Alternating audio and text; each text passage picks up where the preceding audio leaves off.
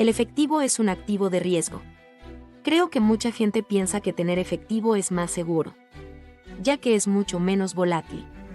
Pero por favor, date cuenta de que en este entorno de producción de mucho más efectivo, los rendimientos reales bajan. Es un activo seductor. Sin embargo, en relación con la inflación, puede que se te cobre un 7% de impuestos al año. Eso es una gran cantidad de dinero en el tiempo, pero es un impuesto sutil. Así que primero analiza esto. Entonces este es un estudio que he estado haciendo y luego decidí compartirlo con la gente porque creo que es muy importante. Hace varios años, primero con 2008, nos metimos en una situación monetaria. Por supuesto, estamos imprimiendo dinero, creando mucha deuda, monetizándola. Y eso me llevó a darme cuenta de que hay tres grandes cosas que están pasando en el mundo que son dominantes. Y entonces apareció el COVID. Esas tres fuerzas son, en primer lugar, la deuda a largo plazo y el ciclo monetario. Lo que significa crear mucha deuda, monetizarla, y las implicaciones de eso, que repercuten en el sistema en términos de todos los mercados y todo. El segundo es este conflicto, esta polarización, esta brecha de riqueza, y cómo estamos en la garganta del otro. Y miré la brecha de riqueza y miré muchas medidas de conflicto que se remontan en el tiempo. Y encontré que estaban en el periodo de 1930 a 1945. La impresión de dinero, como he descrito, y la monetización de la deuda fue también en el periodo de 1930 a 1945. Y la tercera gran influencia es el ascenso de China. Así que el ascenso de una gran potencia, desafiando a una gran potencia existente, los Estados Unidos. Y eso tiene enormes implicaciones. Como inversor, creo que, ¿cuáles son los atractivos relativos de los mercados? Tiene muchas implicaciones. No es solo una guerra comercial. Así que los mercados y todo lo que reverbera. La guerra comercial, la guerra tecnológica, la guerra geopolítica en Taiwán y los mares del sur de China, y luego también la guerra de capitales. Estamos viendo cómo surge eso. Así que esos tres factores me obligaron a retroceder en la historia.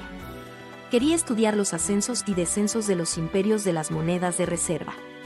Así que necesitaba retroceder lo suficiente como para tener unos cuantos. Así que tuve que retroceder 500 años para poder ver el ascenso y el declive del imperio holandés y su moneda de reserva. El ascenso y el declive del imperio británico y su moneda de reserva.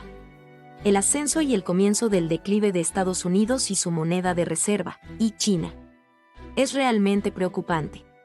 Es aún más preocupante cuando volví a buscar los 500 años y los tiempos que se repitieron una y otra vez. Y lo que encontré fue que hay un ciclo. Hay un gran ciclo. Ya sabes, empiezas un nuevo orden mundial. En 1945, comenzamos un orden mundial después de la guerra. Decidieron cómo se dividiría el mundo. Crearon el dólar como la moneda de reserva del mundo y así sucesivamente.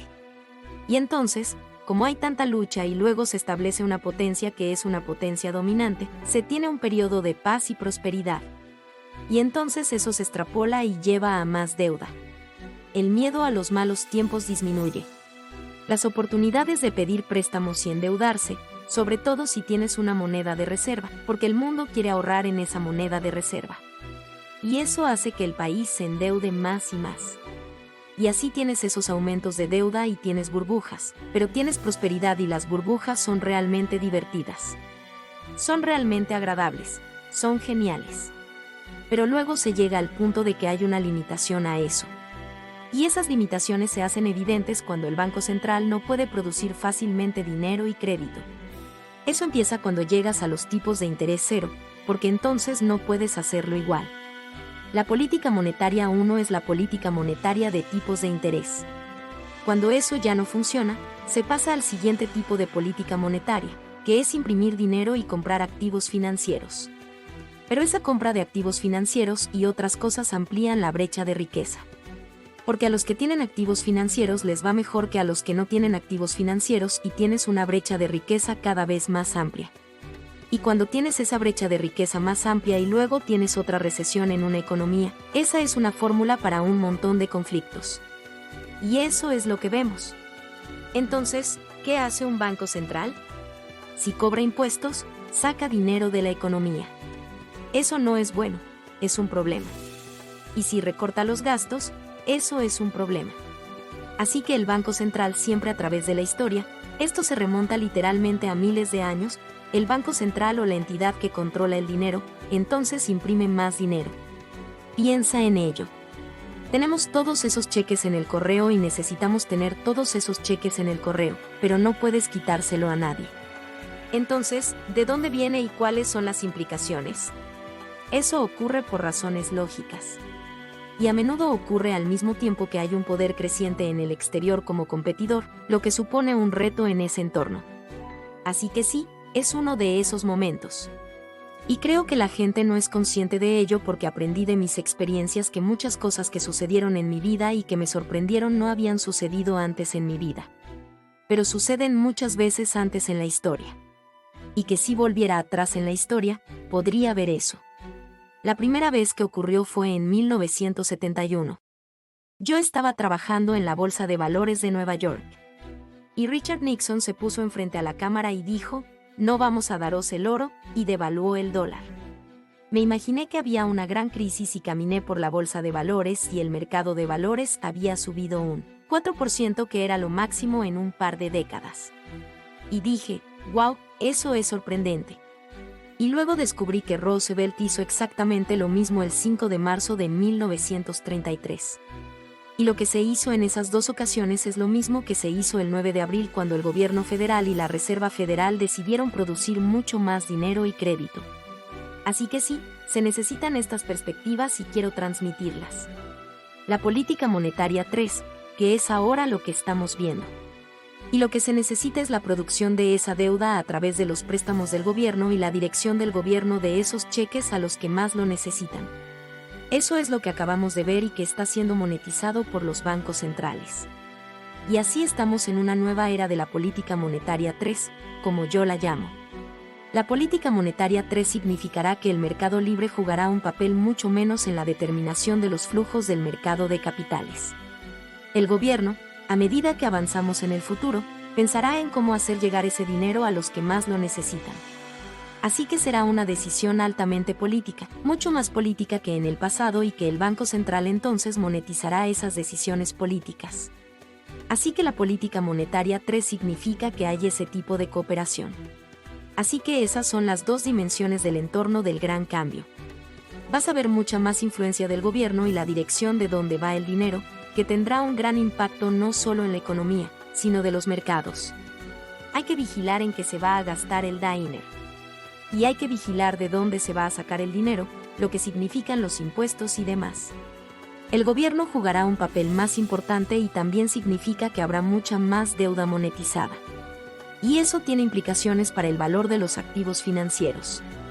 Tiene implicaciones para el valor de las monedas y demás. Cuando llegas al final del arco, si el dinero es duro cuando estaba conectado al oro o era oro, siempre rompían ese vínculo. Y si era blando, siempre imprimían más dinero y no se puede aumentar el nivel de vida imprimiendo más dinero. Puedes redistribuirlo. Ciertamente el dinero que reciben aquellos en forma de cheques y salen a gastarlo ayuda a su nivel de vida. Pero lo que hace es que disminuye el valor de ese dinero en efectivo y disminuye el valor de los bonos. Porque los bonos son una promesa de recibir mucho dinero y desplaza la riqueza a los activos financieros. Siempre hace subir las acciones, como en mi lección de 1971. Siempre hace subir el oro. Así que cuando estamos viendo esto, también vamos a ver, creo, el aumento de la importancia del renminbi de China como moneda. Tiene un largo camino por recorrer antes de ser una moneda de reserva. Pero creo que una de las cosas importantes que hay que ver es que vas a ver flujos de capital favorables para China. Y si haces una comparación de su mercado, dónde están sus tipos de interés, dónde están sus mercados de capitales, quién está haciendo OPIs. Ya sabes, casi la mitad de las OPIs, dependiendo, pero algo así como el 45% de las OPIs que habrá se harán en los mercados de China, Shanghái y Hong Kong este año. Y cada vez más vas a ver la internacionalización del renminbi. Vas a ver que los flujos de capital se mueven en esas direcciones. Y ese tipo de movimientos análogos se han repetido a lo largo de la historia. Creo que cuando miro esto, y luego si me reduzco a la inversión, esos serían el tipo de titulares principales que me gustaría pasar. sería primero darse cuenta de que el efectivo no es una inversión segura. Es una inversión muy arriesgada. La segunda gran cosa es diversificar bien. Y lo que quiero decir es diversificar bien, quiero decir diversificar globalmente, en países, en mercados y en divisas. ¿Qué te han parecido las reflexiones de Ray Dalio? Déjanos tu opinión en los comentarios. Y no olvides darle a me gusta y suscribirte para más videos como este. Hasta la próxima.